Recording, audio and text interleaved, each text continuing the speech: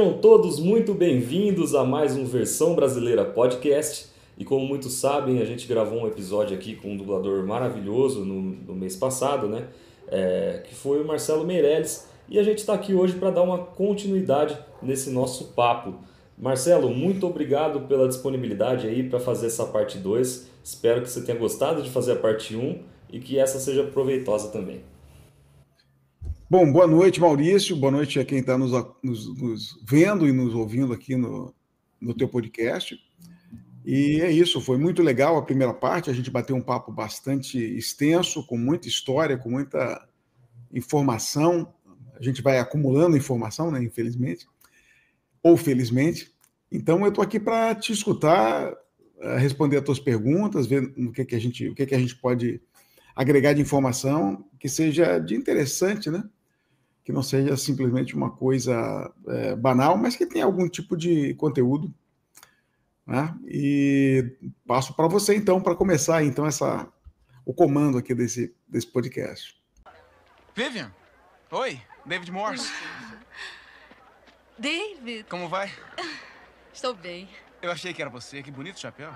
É novo. É, muito bonito. Obrigada. Venha ver meu cavalo negro. É isso aí, vamos lá então abrir o podcast falando um pouquinho sobre a liberdade de criação na dublagem, né? Antigamente, eu acredito que os dubladores tinham muito mais autonomia na questão de mexer em texto, adaptações, e hoje é bem diferente. Você poderia fazer um panorama dessas diferenças? Como que era antigamente e como você sente isso hoje? Maurício, eu acho que tem algumas coisas acontecendo ao mesmo tempo, né? A primeira coisa que a gente tem que levar em consideração é a questão de muita gente participando desse processo de colocar um produto na televisão, um produto no cinema.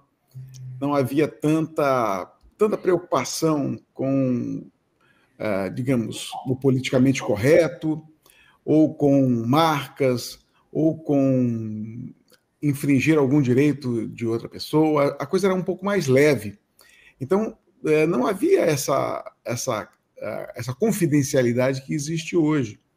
Inclusive, era muito comum a gente convidar a gente para o estúdio. Não havia nenhum tipo de impedimento.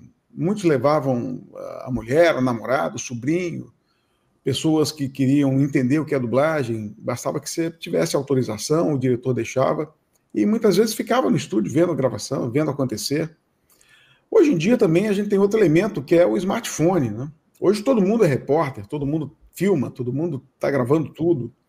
Isso também faz com que as coisas sejam mais fechadas, mais bloqueadas, né?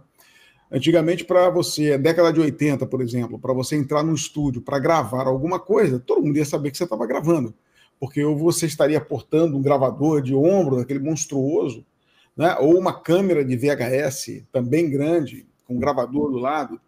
Então, seria impossível fazer uma filmagem para poder levar essa informação como uma, digamos, romper aquela barreira da novidade daquilo que você estava fazendo antes de que aquele produto fosse para o cinema ou para a televisão. Então, isso não existia. Era praticamente impossível. Todo mundo notaria que alguém estivesse fazendo algum tipo de... Tirando fotografia, que também poderia ter algum tipo de situação, mas é bem diferente de filmagem, que você capta o áudio, o vídeo. Isso foi, acho que, um dos elementos que levou a isso. Outro elemento, eu acho que é uma preocupação mesmo dos produtores, de forma geral, a manter aquele produto íntegro até o final. Com essa questão da internet, essa amplitude de canais, de mídia, possibilidade de você colocar aquilo em outras mídias, né? Claro que a gente tinha a fita VHS, depois veio o DVD, você também poderia fazer a pirataria. E você deve ter conhecimento disso, muitos filmes foram pirateados antes de ir para o cinema. Isso era muito comum na década de 80, ali pelos anos 2000, você teve vários filmes que eram, assim, esperados no cinema, e daqui a pouco estava vendendo no camelô aquele filme dublado, todo pronto. Então tinha um problema também que acontecia nas produtoras lá dentro, alguma coisa acontecia, aquele produto saía do controle, e antes de ir para o cinema, antes de ter essa confidencialidade respeitada, o produto já estava sendo vendido, inclusive, né, muito antes de qualquer coisa. Os filmes naquela época, quando você dublava um filme para o cinema, os filmes demoravam muito tempo para ir para a televisão. Às vezes 4 anos, 5 anos. Hoje não é mais assim. Hoje, o filme, meses depois, ele vai para o streaming.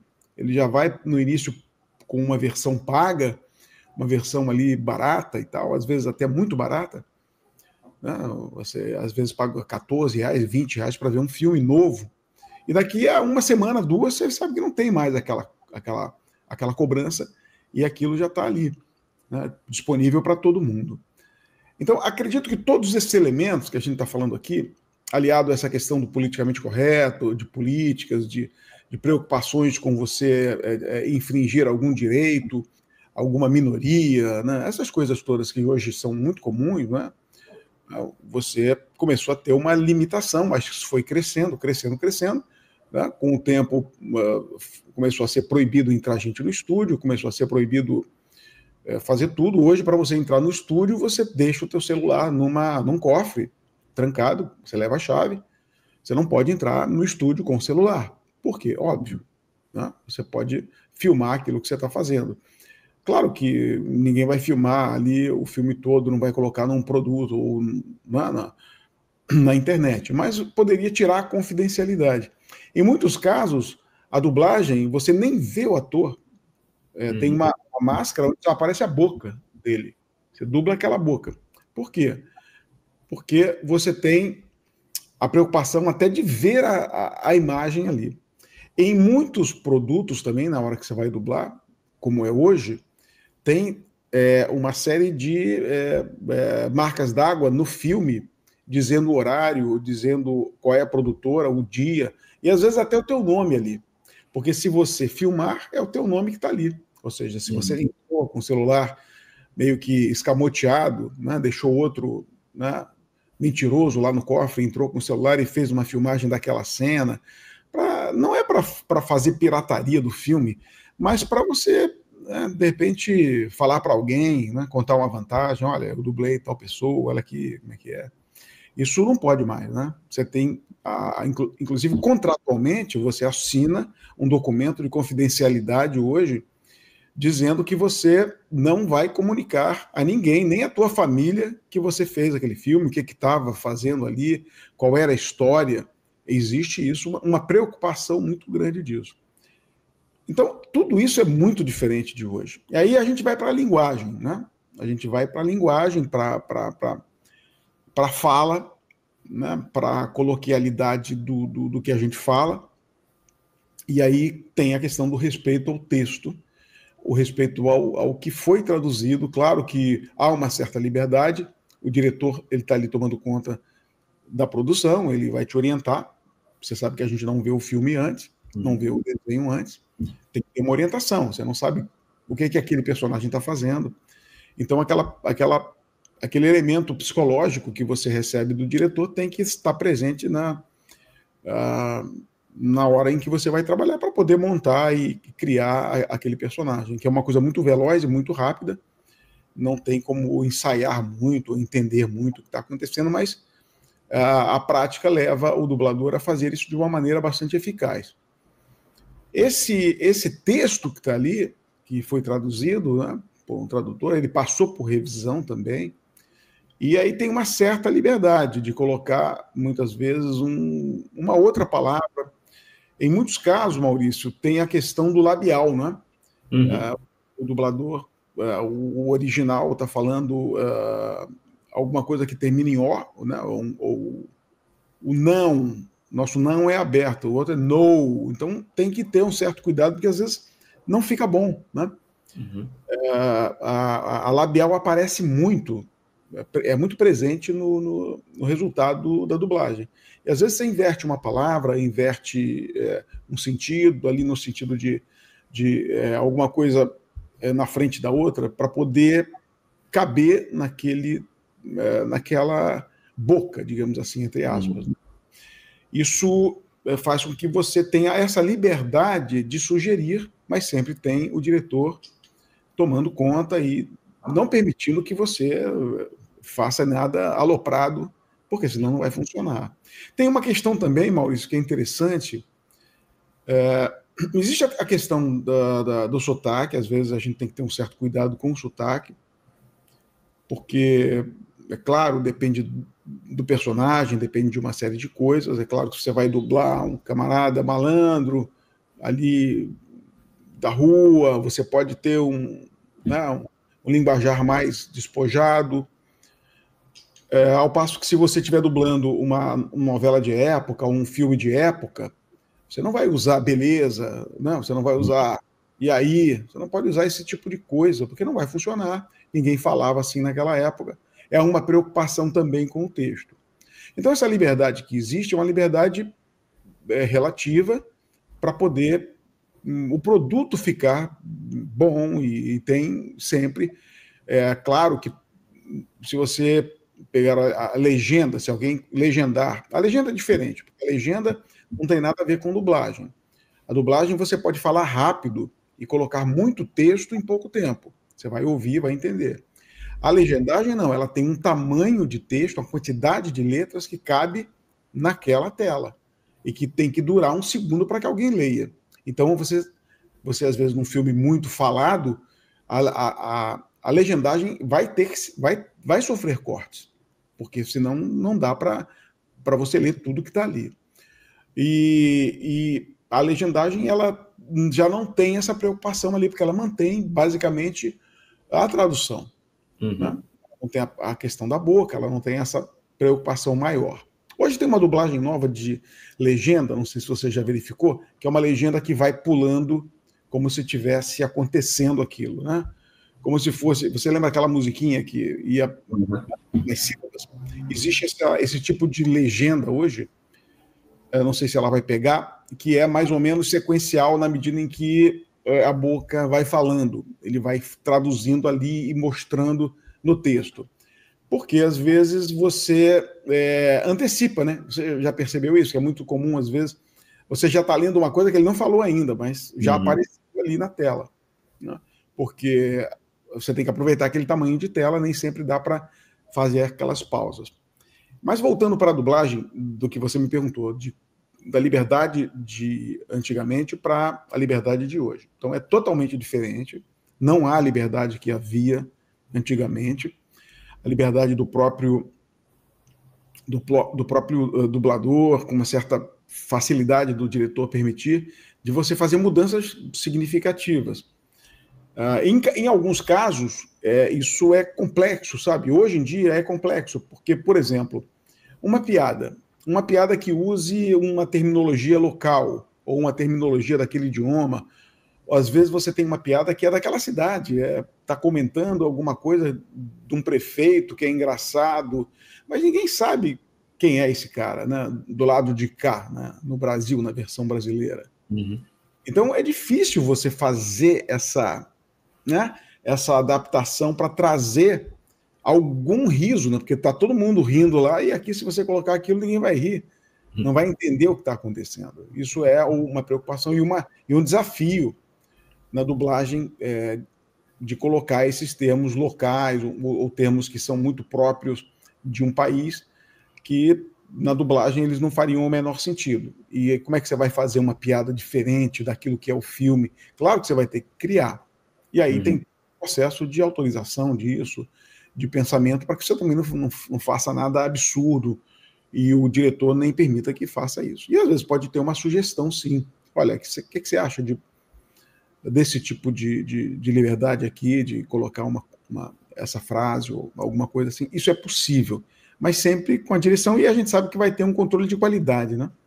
O filme sai e para um controle de qualidade que vai olhar uma série de coisas, e se tiver totalmente fora, vai ter que ser refeito, evidentemente, e aí não tem jeito, né? Não vão deixar ir para o ar uma coisa completamente absurda. Antigamente, voltando para a questão do antes, né? Todo mundo dublava junto, como você sabe, numa mesma bancada, e havia uma liberdade muito maior. porque a gente tinha uma tradução que quase nunca era respeitada 100%, porque tem a questão, como eu falei, da labial, de terminologias, às vezes uma coisa que não está tão bem traduzida, poderia ter melhorar um pouco aquela expressão, ou expressões que nós não usamos, né? Ninguém fala dessa maneira, né? Então, existem essas questões, e aí você tinha uma liberdade bastante grande, e o diretor até incentivava isso. E tem as coisas loucas, né? As coisas completamente loucas, porque tem histórias assim engraçadíssimas, que eu posso contar aqui algumas, mas era muito diferente e muito mais animado, talvez fosse até um pouco irresponsável às vezes, mas funcionava. Já houve um caso, que daqui a pouco eu te conto, de ter que redublar o desenho todo, porque o Aloprado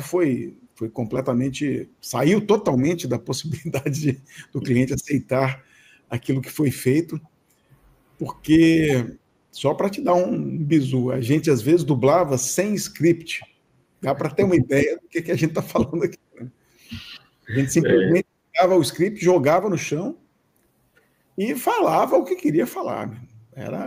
E não era tentando entender o idioma inglês para poder tentar adaptar, né? A gente não virava tradutor, a gente inventava mesmo de acordo com a situação. Claro, desenho animado, coisas que podiam mais ou menos ser passíveis de serem feitas. Entendeu, Maurício? Você acha mesmo, meu palhaço?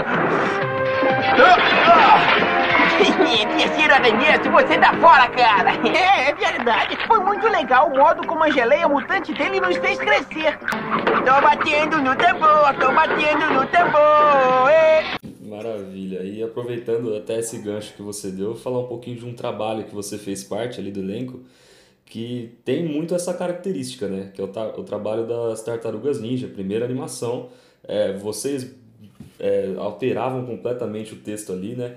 E eu queria saber de você como é que foi fazer parte, se tem alguma história referente às Tartarugas Ninja também. Tem muitas histórias, né? Foi uma época legal, a gente fez algumas temporadas, né, das Tartarugas. Na verdade, foi um teste. Esse teste, alguns atores... Você sabe que, geralmente, os testes recebem 3 pessoas, né? Para fazer o teste, e vai para o distribuidor, provavelmente, que é quem está trazendo o produto. Às vezes vai até para o exterior, para que eles façam as escolhas. E eu fui um dos que fez o teste para o Michelangelo. A voz, eu acho que eu me lembrava da voz que eu tinha feito, mas nem todo mundo me lembrava, né? Então, os que foram agraciados com esse personagem fui eu, para fazer o Michelangelo, foi o Donatello Márcio Simões, o Marco Ribeiro fazendo o Rafael e o Manolo Rey fazendo o Leonardo. Então, nós fomos ali. E na primeira, ninguém sabia o que era Tartaruga Ninja, não tinha conhecimento, não existia internet nesse aspecto de, né, conhecimento do que estava acontecendo lá fora, não existia nem internet. A internet veio bem depois. Então, era um produto como outro qualquer, um desenho que ninguém sabia se aquilo ia ser bom ou não, meio bizarro, né? Umas tartarugas que viviam no esgoto e tal, mutantes. Então, tá bom, vamos lá. E na primeira gravação, uma das curiosidades é que muitos não lembravam a voz que tinham feito no teste, né? E fazer o quê, né? Porque cadê o teste? Não sei cadê o teste. O teste foi gravado e a gente gravava em fita, nessa época, em fita Betamax ou Betacam, uma fita grande, como se fosse uma VHS grande, com 2 canais apenas. E isso foi lá para o distribuidor, ele ouviu e tal, e escolheu as pessoas, mas a gente não escutou depois Deixa eu ver como eu fiz o teste, para me lembrar da voz que eu fiz, porque, né, era um teste, uma coisa rápida. Eu me lembrava mais ou menos da voz que eu tinha feito, porque eu peguei, assim, não sei por acaso, eu peguei a voz do Gorpo, que é feito pelo Mário Jorge no He-Man, não é isso? Né? E eu eu mais ou menos fui ali naquela voz do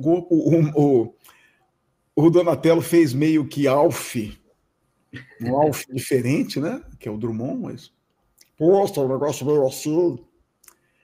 O Rafael, que é o Marco Ribeiro, ele fez meio Rodney Gomes. O Rodney Gomes foi um dublador das antigas.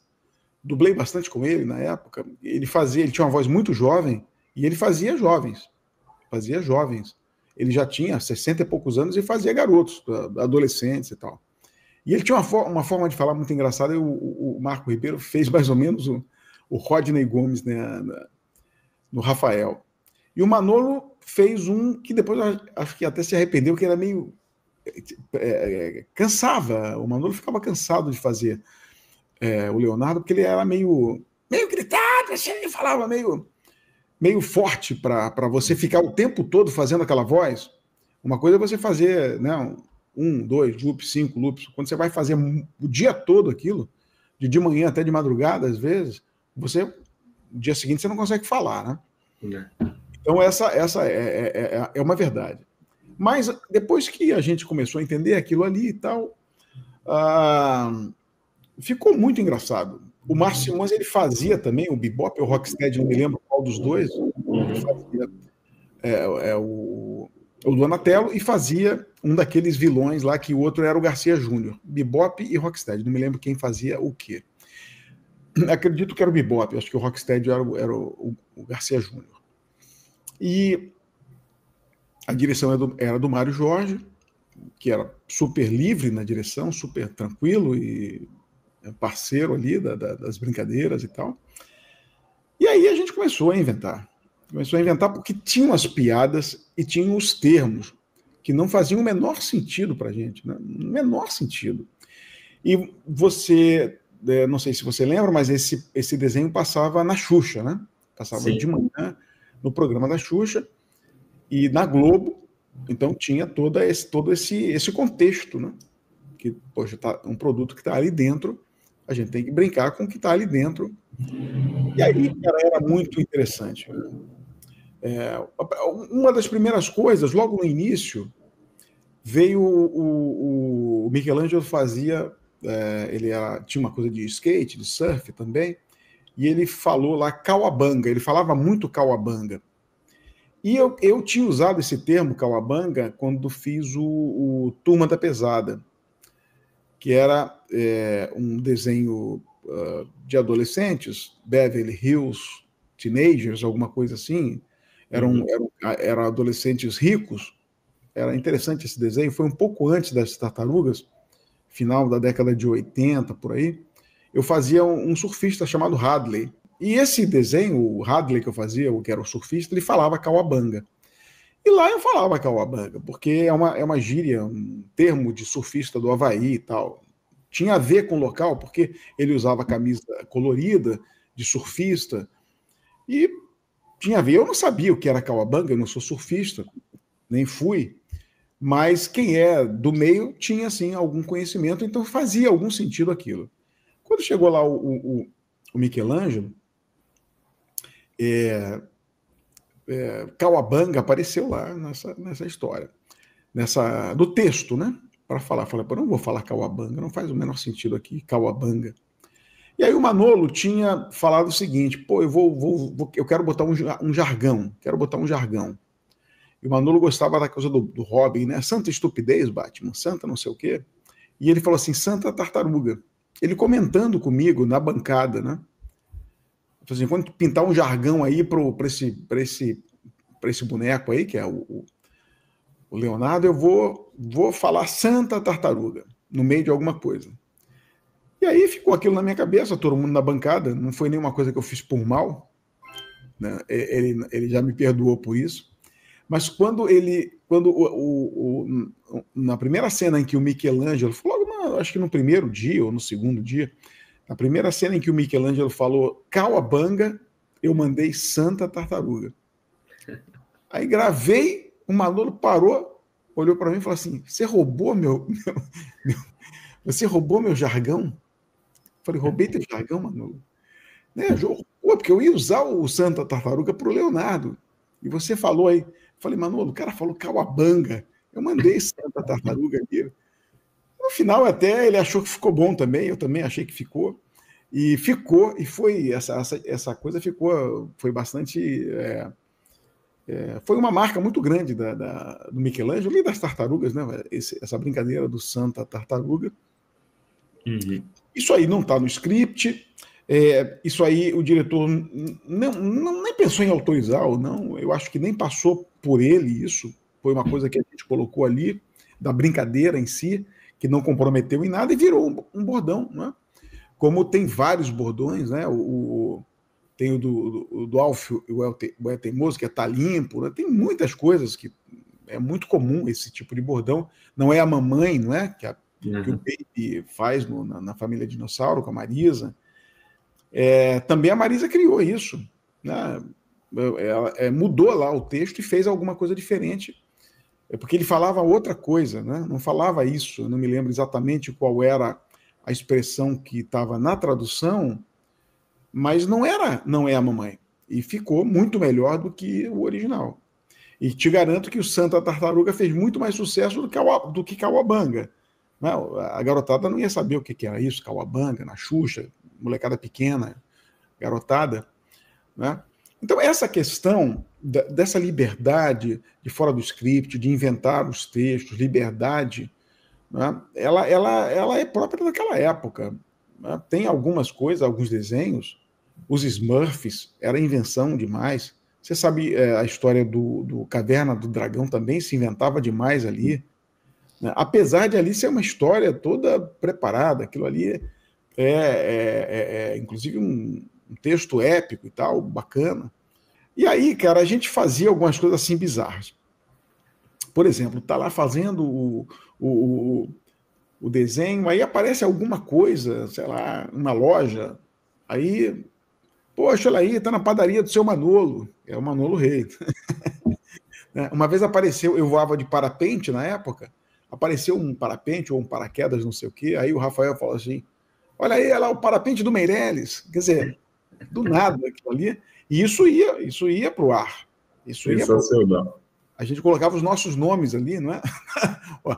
Uma vez foi a namorada, eu acho que de alguém, não me lembro de quem, falaram o nome da namorada do cara, e ficou lá o nome da namorada do personagem, ou do ator, né? Eu não me lembro exatamente. A gente cansava de fazer isso, cansava. Às vezes tinha que ter cuidado, né? Porque uma vez teve um desenho engraçado que tinha um sapo. Essa é muito boa, o Maurício. Tinha um sapo. Não me lembro qual era o desenho, não é Tartarugas, é um desenho outro que eu não me lembro qual é. E tinha turma que era muito, assim, brincalhona e tal, né? O sapo falava alguma coisa lá. No sapo, a gente falava, alguém, né? Não sei quem é que estava dublando o sapo, não me lembro, falava Herbert.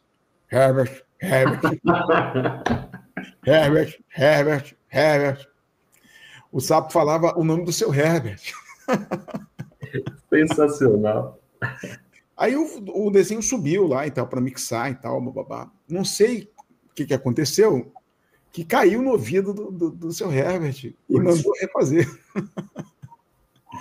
Mandou refazer, porque o sapo falava Herbert. Então, isso acontecia. Isso acontecia. Não sei se você já viu algumas cenas, tipo, a lata d'água na cabeça, não sei o quê, o Faustão, falava da Xuxa, falava de marcas, né? Não havia essa preocupação, assim, de, pô, eu vou falar do Faustão, o que tem a ver Faustão, né, num desenho das Tartarugas Ninja? O que tem a ver colocar uma música? Né? Era o Bebop ou o Rocksteady, não me lembro, que estavam carregando não sei o quê. Aí o Garcia Júnior mandou lá, lata d'água na cabeça, lá vai Maria, lá vai Maria. Não tem nada a ver com nada, mas ele colocou isso lá e fica muito melhor do que talvez aquilo que ele estivesse falando, que o personagem estivesse falando. Com certeza. Fica totalmente solto e hoje em dia talvez o cara não pode, porque a música pertence a não sei quem. Hoje é cheio de história, né? Você não pode mencionar, não pode falar o nome do Faustão, porque ele pode querer, sei lá, um direito autoral aqui, ou falar de outra coisa qualquer. Essa liberdade, ela era ímpar. Jamais, hoje em dia, jamais pensar em uma situação que pudesse chegar minimamente perto disso, né? Já houve episódios das tartarugas. Bom, o que acontecia? A gente ficava o dia todo fazendo Tartarugas Ninja. O dia todo. Parava para almoçar, voltava até, às vezes até de madrugada. Porque era muita coisa, né? Tinha que fazer a produção e tinha que fazer. E já houve casos em que a gente virou o script, não vou dizer que jogou no chão, né? Mas virou o script, estava em branco, e a gente ia dublando, tá? Entende? O que eu estou dizendo? Com a prática você começa a encher boca ali, né? Você vai improvisando, enquanto está batendo boca, vai falando uma bobagem, o outro fala outra coisa, o outro fala outra coisa, e tenta fazer no tempo que deu, e quando errar, para, conserta dali e continua dali. Cara, você imagina o que pode sair daí, né? Não tem nenhum vínculo com o texto. A gente tentava fazer uma coisa que tivesse a ver com a cena, mas isso ia pro ar, cara. Né? Ia pro ar, assim, coisas completamente nonsense, né? Não sei se é o caso, eu compro uma bicicleta, então começa as histórias todas e que não tem nenhuma conexão com o texto e, é claro, havia ali um consentimento mútuo, né? Ninguém fazia isso assim de uma maneira a enganar ninguém, nem a enganar o diretor, nem a querer que o produto ficasse ruim. Era uma brincadeira mesmo, mas isso acontecia sim, e tá aí, tá no ar, tá gravado, né? Se você vira algumas coisas das tartarugas, e não só das tartarugas, de muitas outras coisas, havia sim essa situação. Tinha uma briga do monstro com outro, aí aparecia não sei quem, a gente ali brincava, né? Falava mal do cara, colocava um apelido no cara, sei lá, e aí ia. E aí a gente vai para a situação que eu acho que hoje é muito sensível, que é da coisa de minorias, a coisa de politicamente correto, né? Como, por exemplo, você imagina que hoje a gente pudesse ter Cacete Planeta, TV Pirata, sabe, Chico Anísio, Jô Soares, né, o Capitão Gay, não tem, não teria espaço para isso, porque o humor está muito vigiado, muito controlado, né? Todo mundo está com uma preocupação de não ofender ninguém, todo mundo se sente ofendido por qualquer coisa, e isso é complexo, né? Você vê até mesmo esse humorista agora, o Léo Lins, que foi, não sei como é que está o caso, mas foi condenado a 8 anos de prisão por fazer uma brincadeira no palco, né? Até com um certo consentimento ali de quem estava no palco brincando com ele. E no palco, né, num ambiente fechado, né? Não era na televisão, né? Num ambiente onde ele pagou, foi lá, está disposto a saber que aquilo pode acontecer, independente de ser bom ou não o que ele fez, né? Então, isso é, claro, que um grande motivo. Você imagina hoje você brincar com minorias num desenho animado, no dia seguinte, amigo, o desenho sai do ar, né? Está todo mundo preso e sei lá o que mais. Né? Então, é muito difícil hoje você ter essa sensibilidade. Hoje é totalmente diferente.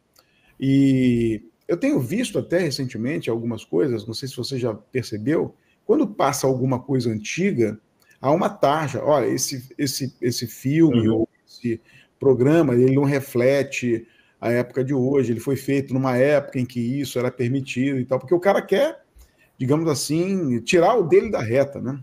Olha, isso aí foi feito lá nos anos 80, na época não tinha problema nenhum, ninguém reclamava, mas como é um produto, tá aqui, eu vou passar, mostrar, mas com essas observações e tal. Então, eu acho que a razão pela qual isso acontece hoje, eu acho que envolve uma série de coisas, né, Maurício, que passa pelo politicamente correto, como eu falei, passa pela questão de preocupação com minorias, tem a ver com a questão marcária também, branding, né? Você colocar marcas que não estariam necessariamente autorizadas ou autorizando o uso ali naquele produto por alguma razão. A questão também de direitos autorais diversos, você mencionar outra pessoa, tá?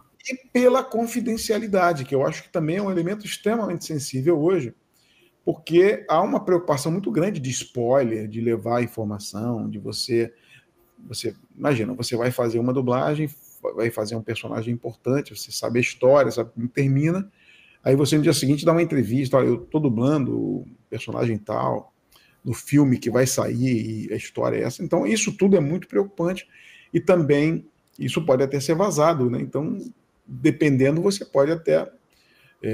eles podem até saber por onde houve esse vazamento e você sofrer aí uma sanção pesada, né, pela falta de respeito àquele contrato que você assinou.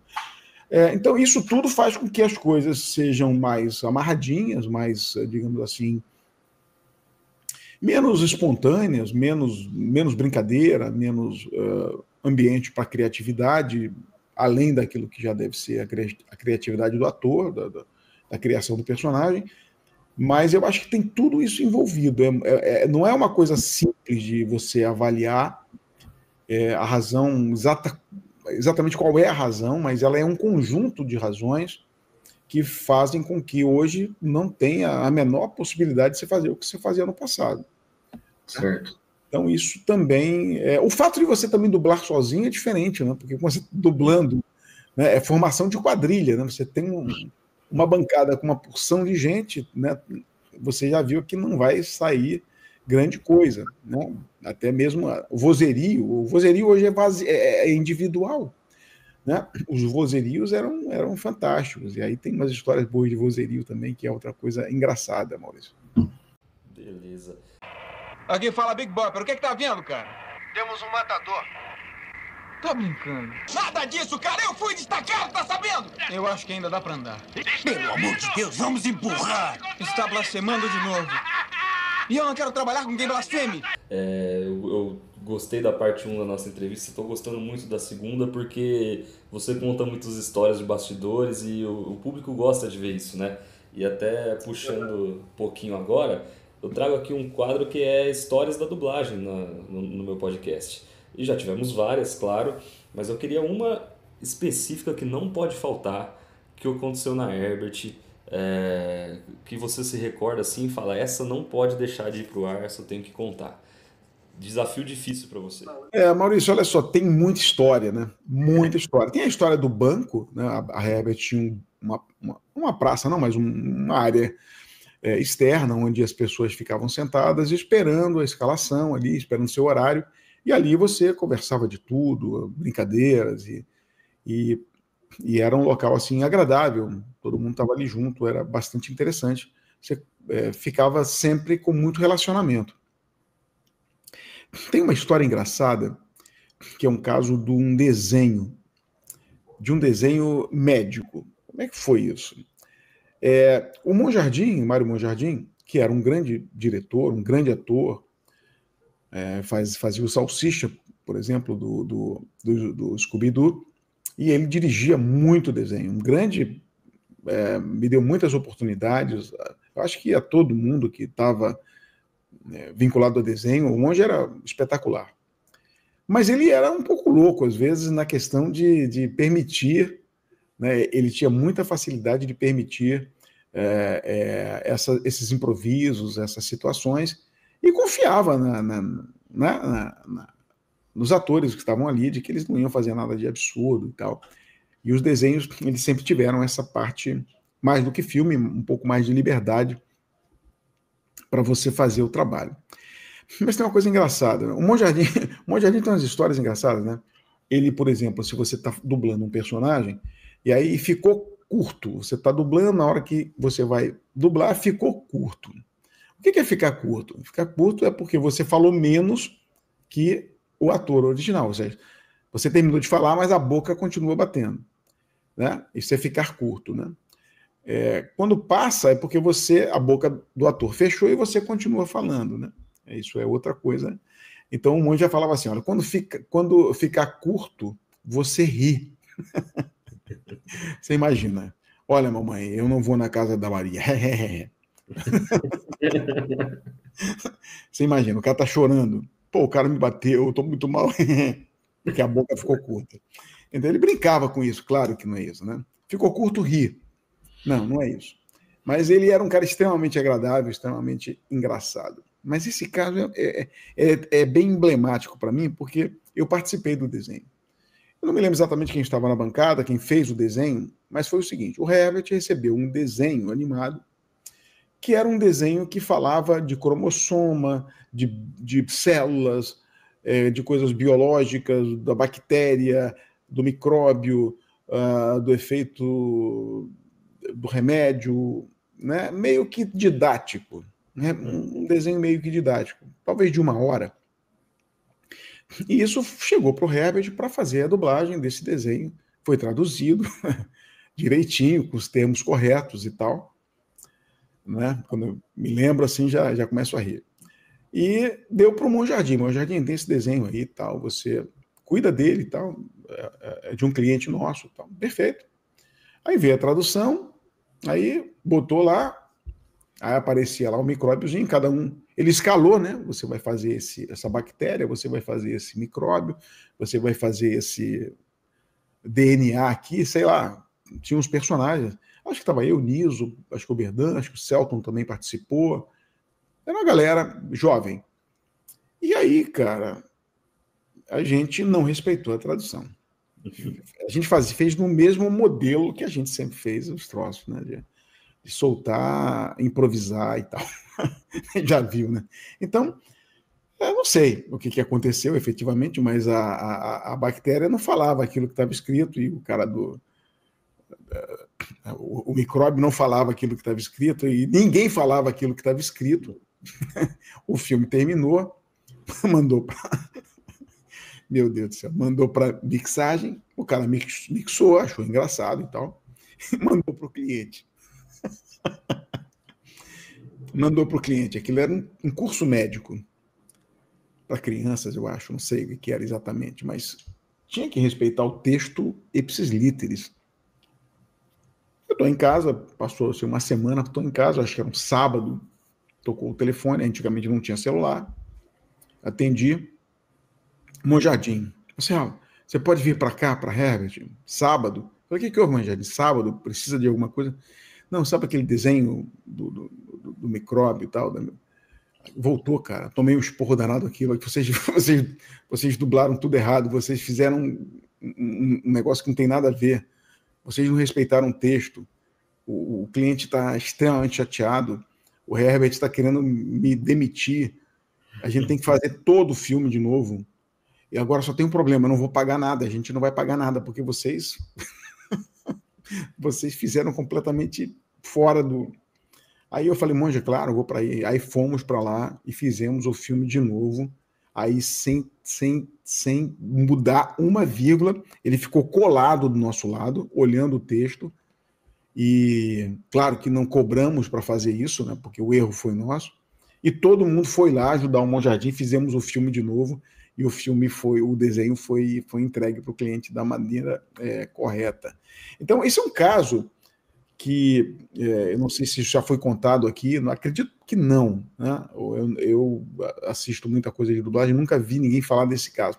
Mas ele é muito emblemático, porque ele mostra o nível que estava a situação, né? Do cliente receber, do Herbert receber um produto de um cliente e ninguém respeitou absolutamente nada.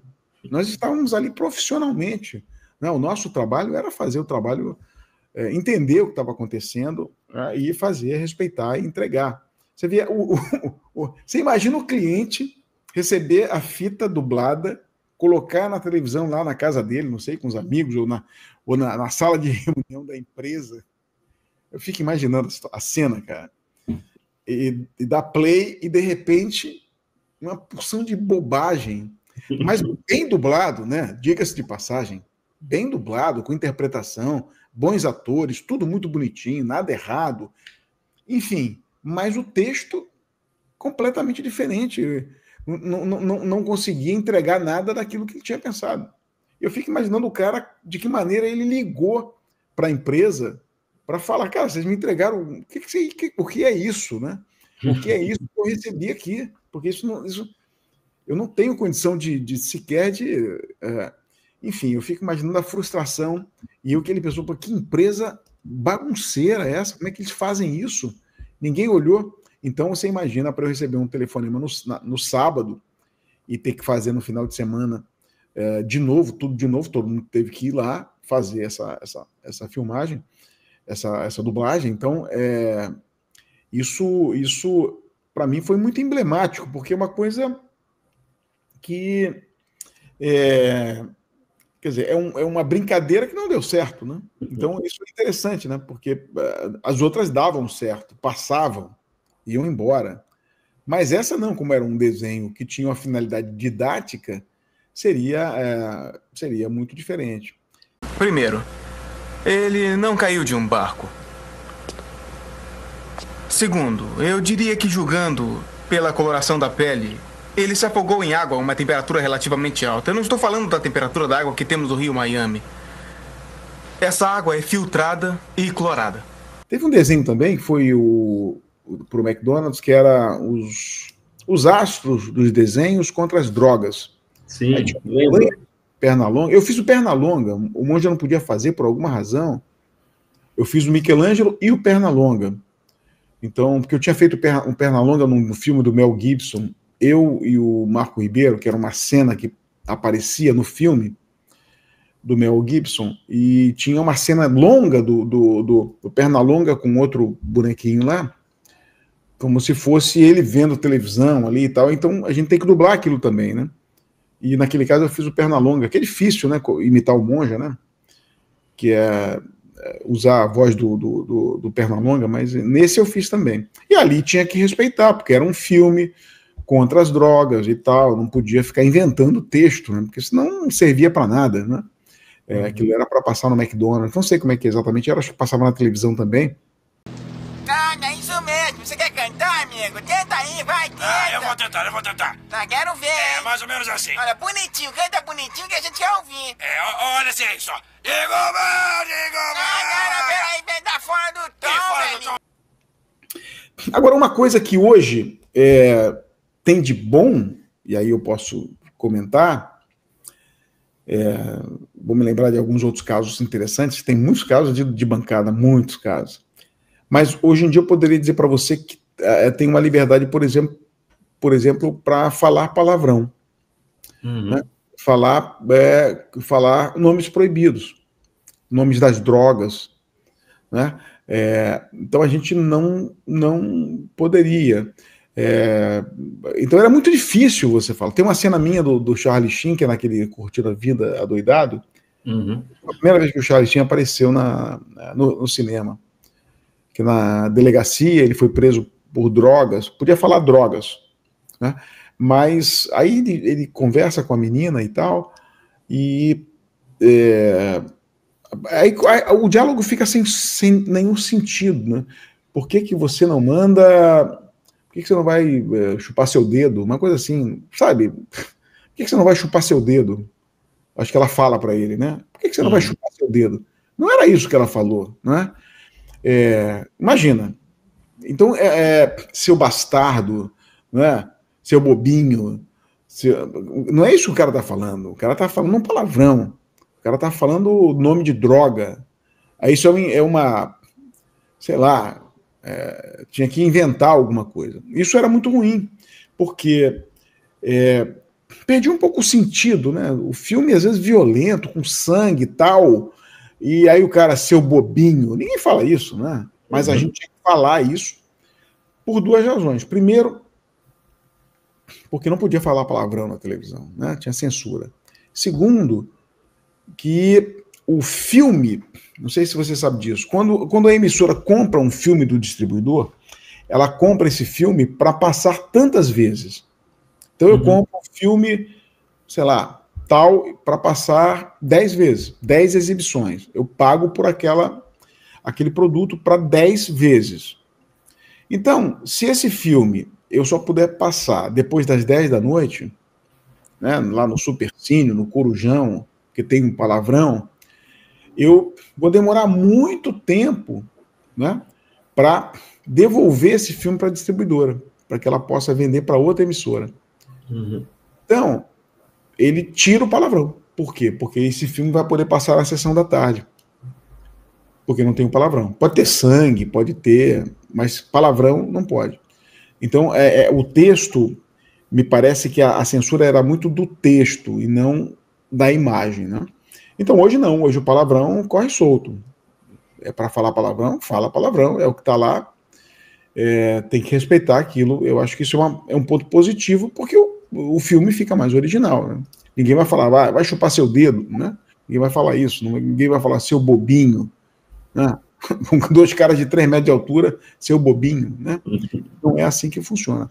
Então, isso é uma questão muito vinculada a esse tipo de coisa. Agora, é muita coisa de bancada, muita fofoca, as festas, almoços, encontros. Teve numa época muito grande que foram as famosas pirâmides, né? Aí se encontravam para fazer as pirâmides e tal. Isso era tudo muito, muito legal, muito fazia com que a gente tivesse um relacionamento muito grande, além de hoje você cruza com uma pessoa, um saindo, outro entrando, não é? Então tem muitos casos engraçados, tem diretores que dormiam, né? Eles dormiam literalmente. Ele escalava atores que ele confiava, né? E ele dormia. Quem dirigia o filme eram os atores. Isso era muito comum. Muito comum. Alguns não iam dormir, alguns iam fumar, antigamente. Né? Alguns fumavam dentro do estúdio, tá? Só para você saber. Tinham diretores que fumavam dentro do estúdio, acendiam um cigarro dentro do estúdio. Tinha gente que entrava no estúdio para dormir. E aí o ronco da pessoa atrapalhava a gravação. No meio da gravação o cara roncava. Aí a gente ia lá, ó, cara, tá roncando. Ah, desculpa. Ele virava para o lado. Terminava de comer, os estúdios eram grandes, Maurício. Hoje o estúdio cabe uma pessoa só. Os estúdios eram grandes, existiam estúdios imensos. Então cabiam 20, 30 pessoas no estúdio fácil. Né? Então as pessoas usavam o estúdio, que era um local fresquinho, frio, silencioso, digamos assim, escurinho. Então ia lá para trás do monitor e dormia. Isso era muito comum. Eu ficava sentado lendo livro, esperando a sua vez. Então, era um outro mundo, um outro caso. Então, o que é legal de bancada, de banco, né? Não de bancada, mas de banco, que era o Drummond. O Drummond era um cara extremamente engraçado e um bom espírito. E naquela época, da década de 80, a gente tinha uma inflação altíssima, né? Altíssima. A gente chegou a ter 80% ao mês de inflação, uma coisa assim, sui generis, né? Mas era no comum ter 10% ao mês, assim, 15% ou 20% ao mês de inflação. Os produtos aumentavam. E ele tinha um hábito interessante. Ele pegava um jornal, guardava um jornal antigo de anúncios de carros, do que seja, né? E antigamente você buscava alguma coisa para comprar num anúncio de jornal, no Globo, no Jornal do Brasil, jornais aqui do Rio. Ele colocava um pedaço do jornal antigo dentro do jornal novo, né? E aquele jornal ficava circulando ali. Eu acho que tinha até alguns jornais para a gente ler. E aí, daqui a pouco, um cara pegava o jornal. Estou procurando um carro. Pegava o jornal, abria o jornal, carro. O carro estava muito barato, porque o anúncio tinha 3 meses ou 4 meses. Mas ele estava dentro do jornal novo. E aí o cara começava a anotar aquilo. E antigamente você não tinha celular, né? Você saía para ligar no orelhão. Você comprava fichas telefônicas, ia para o orelhão para ligar. Então o cara anotava ali, ia para o orelhão para ligar. Olha, eu vi aqui um anúncio do seu carro. Então, não, amigo, já vendi esse carro tem 6 meses. O carro estava metade do preço. Então o Drummond fazia sempre isso. E outras coisas mais, algumas brincadeiras até mais pesadas. Mas era muito bom. E todo mundo brincava muito, todo mundo tinha uma boa convivência ali naquele banco, naquela situação. Estamos quase terminando, meu cérebro. A equipe M nem vai saber de onde veio o caminhão. É tão escuro e feio lá dentro que eles nunca sairão de lá com vida. É uma grande surpresa. Tem um caso também do Marcos Matias, eu não sei se eu contei isso para você. Ainda não. E também emblemático. O Martus Matias, Martus Matias. Ele era um ator de São Paulo e o trabalho mais conhecido dele era dublar o Fred Flintstone, né? A voz tradicional do Fred Flintstone, né? Uhum.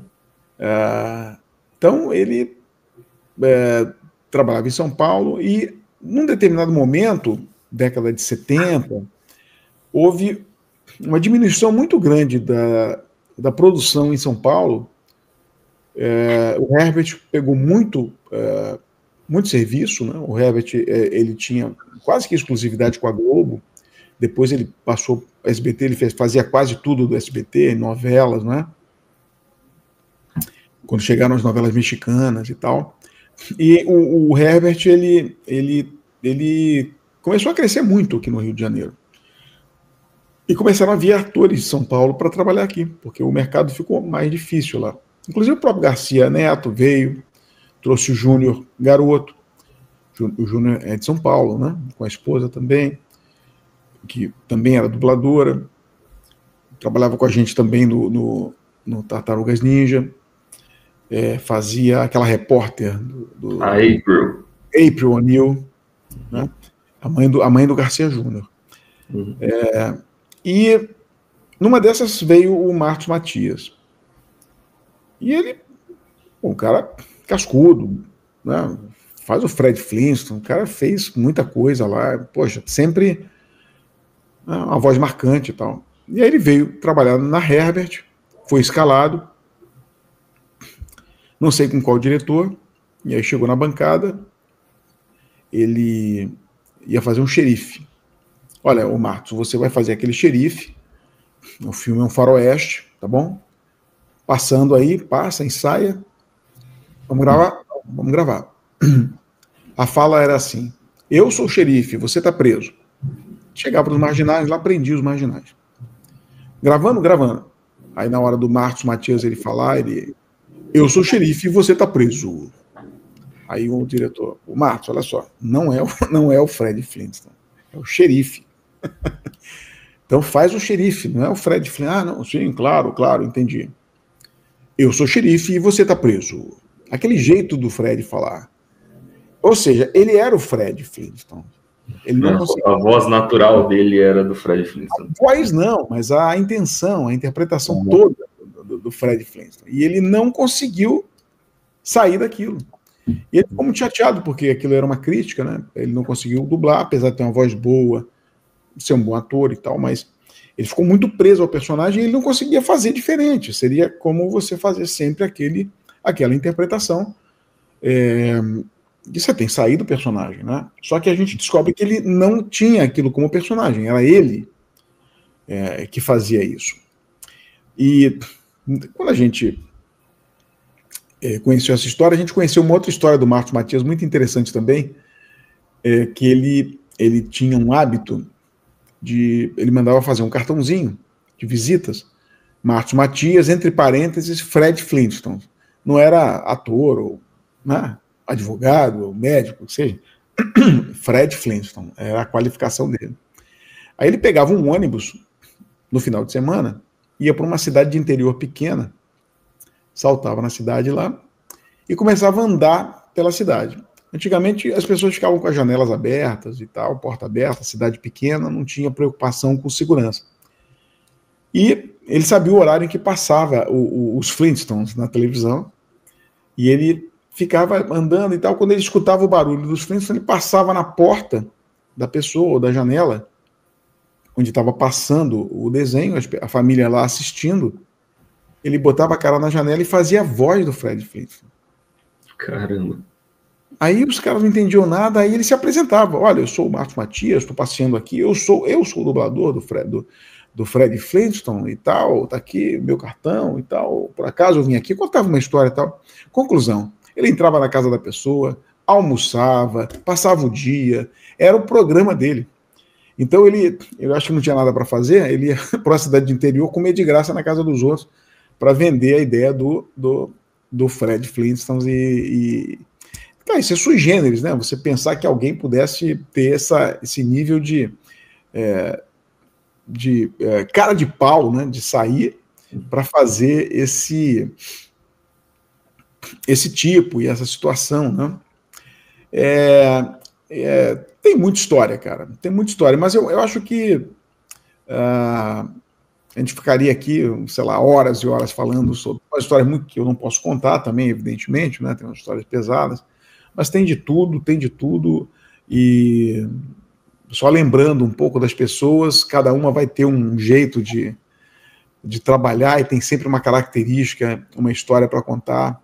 Eu mesmo tenho questões pessoais e que também não posso contar, que foram aconteceram muito em função do relacionamento com colegas, de brincadeiras que fizeram e que foram positivas e tal, e faz a gente repensar às vezes até a vida. Porque o ator ali, a presença de espírito desse ator, né, independente do que ele é, né, independente da profissão que ele tem, mas ele sempre traz essa presença de espírito, às vezes uma brincadeira, às vezes uma vivência, uma história. O fato de você ter essa questão do ator ter essa ligação com personagens e amplia muito, né, a curiosidade, né, antes de mais nada, amplia muito essa vivência no sentido de que você de uma forma ou de outra, você vive alguma outra pessoa, né, durante um tempo ou por pouco tempo, e aí você começa a querer entender o que está acontecendo ali. E não raro a gente estuda um pouco mais sobre aquilo, né? Então, se o camarada faz um advogado durante muito tempo, tal, daqui a pouco ele tem interesse em entender aquilo que está sendo dito, aquilo que está sendo... Eu quero viver um pouco mais disso, e um pouco mais profundamente nessa situação. E esse é um ponto positivo, né? Essa coisa do aprendizado e da convivência. Tudo isso que a gente está falando aqui, Maurício, essas histórias, né, elas só aconteceram porque a gente contracenava, né? Apesar de não ser contracenar, você não está no palco ou não está na televisão, você não está olhando para outra pessoa, né? Você não está dialogando com a pessoa, você está dialogando com o microfone, né? Então você fala para o microfone, o outro está falando, mas na verdade você está falando com aquela pessoa. Então quando você dubla junto, você está escutando a outra pessoa, né? Então você está devolvendo aquela informação ali, né? Há uma sinergia. Quando você grava sozinho, você não está necessariamente... Você pode escutar, você pode pedir para colocar no fone a cena que já foi gravada. E, às vezes, você é o primeiro a gravar naquela cena que o outro ainda não gravou. E aí o que você falar pode ser ouvido pela outra pessoa, que vai chegar depois, para fazer o mínimo desse bate-bola de contracenar, né? De ter mais emoção vivendo. Isso é um ponto positivo, né? De aprender na bancada também, Maurício, porque você na bancada está do lado de um colega, às vezes com menos experiência do que você, e na maioria das vezes com muito mais experiência. Eu estou te falando, na década de 80, nós tínhamos muito menos experiência. Todo mundo estava ali meio que começando, né? Tirando alguns que já estavam há muito tempo. Então, você chegar na bancada, do lado Orlando Drummond, né? Do lado Jomeri Pozzoli, Newton da Mata, Sônia Ferreira, Marlene Costa, e por aí vai, né?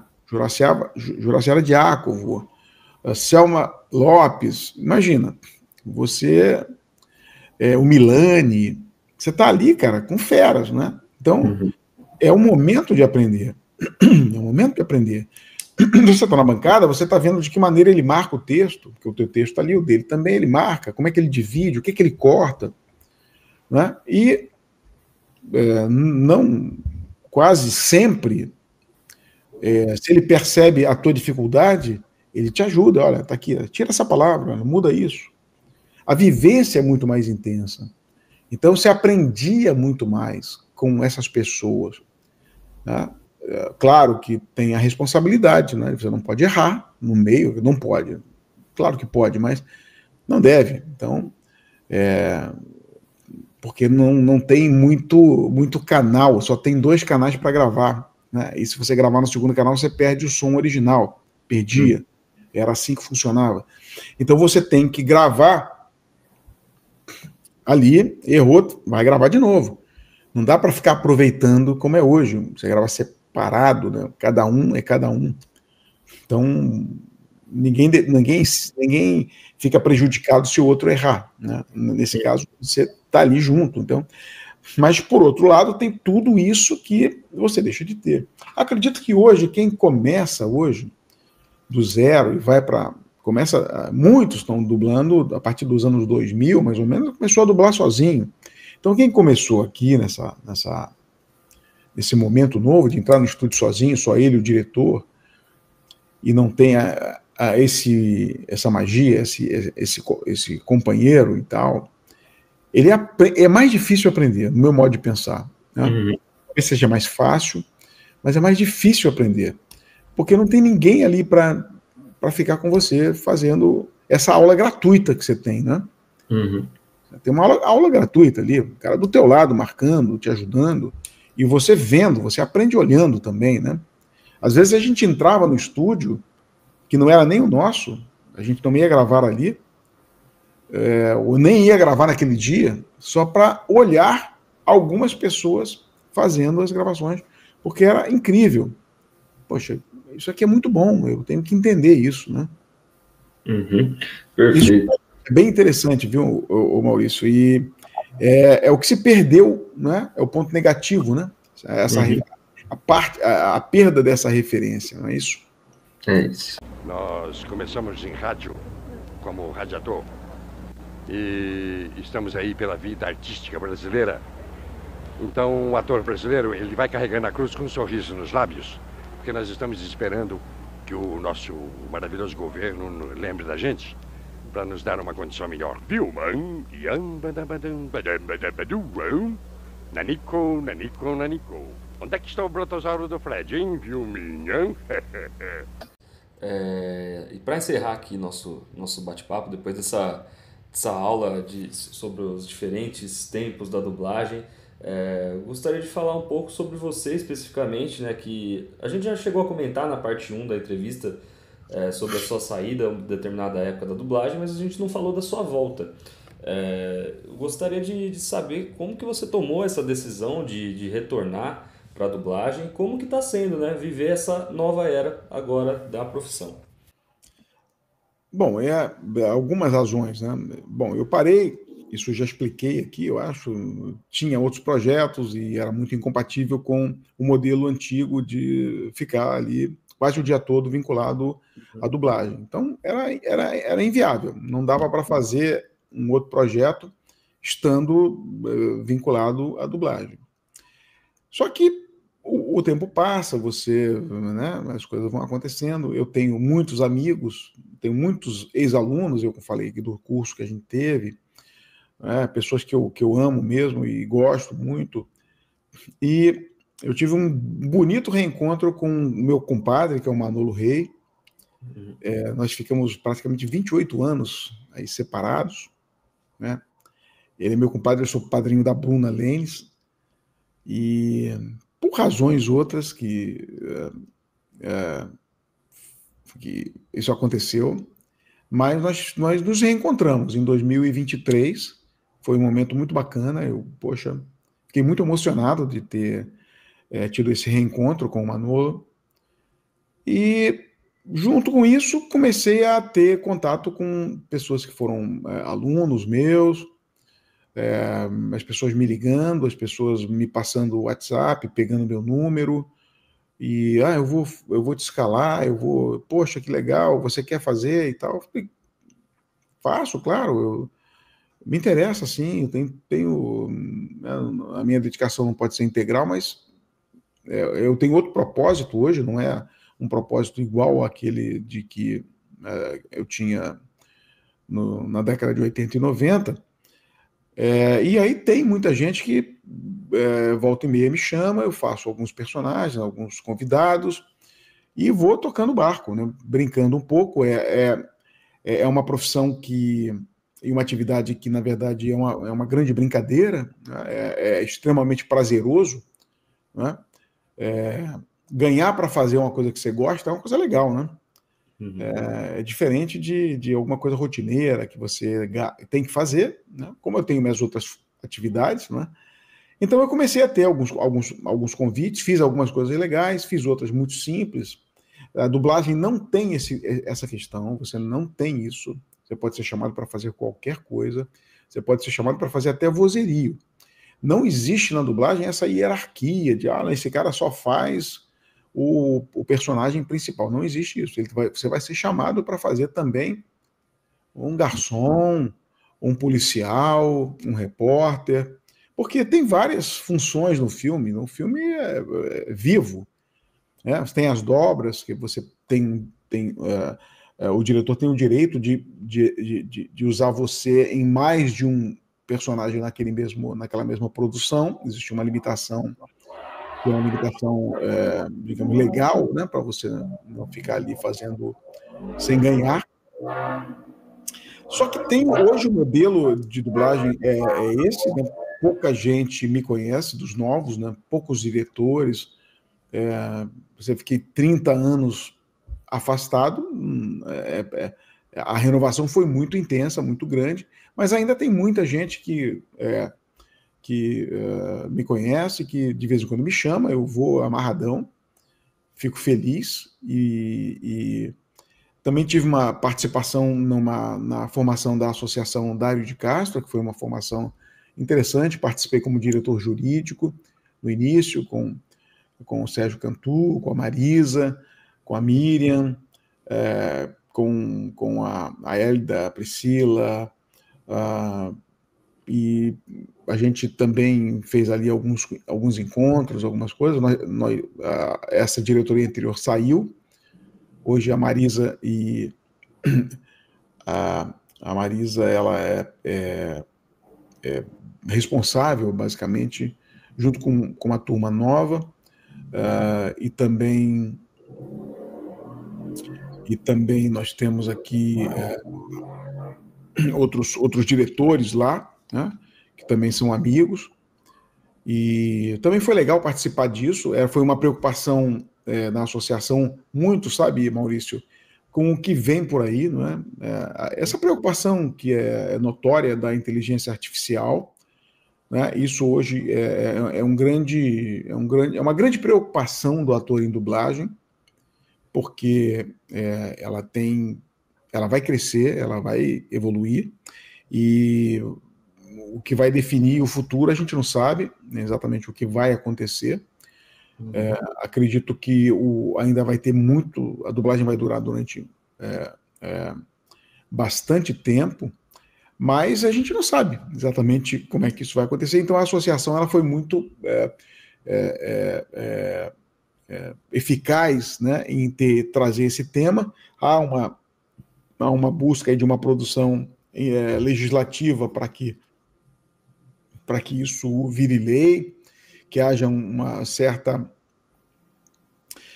controle, uma certa ética para que isso aconteça. Acredito que isso ainda vai ser alvo de muita discussão, porque envolve também de onde vão tirar as vozes, né? Porque a inteligência artificial ela é uma voz robotizada ou uma voz sintética, não faria o menor sentido.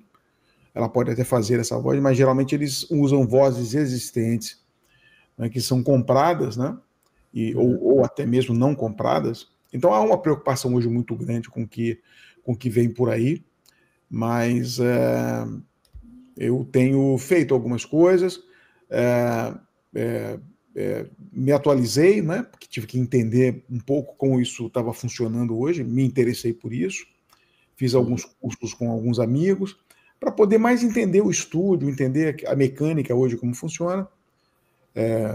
Lamento que não haja mais a bancada, porque seria um retorno interessante, mas ela também impossibilitaria esse trabalho que você hoje faz aquilo e vai embora. Você não fica dependendo de outras pessoas e a escala fica muito mais suave e muito mais...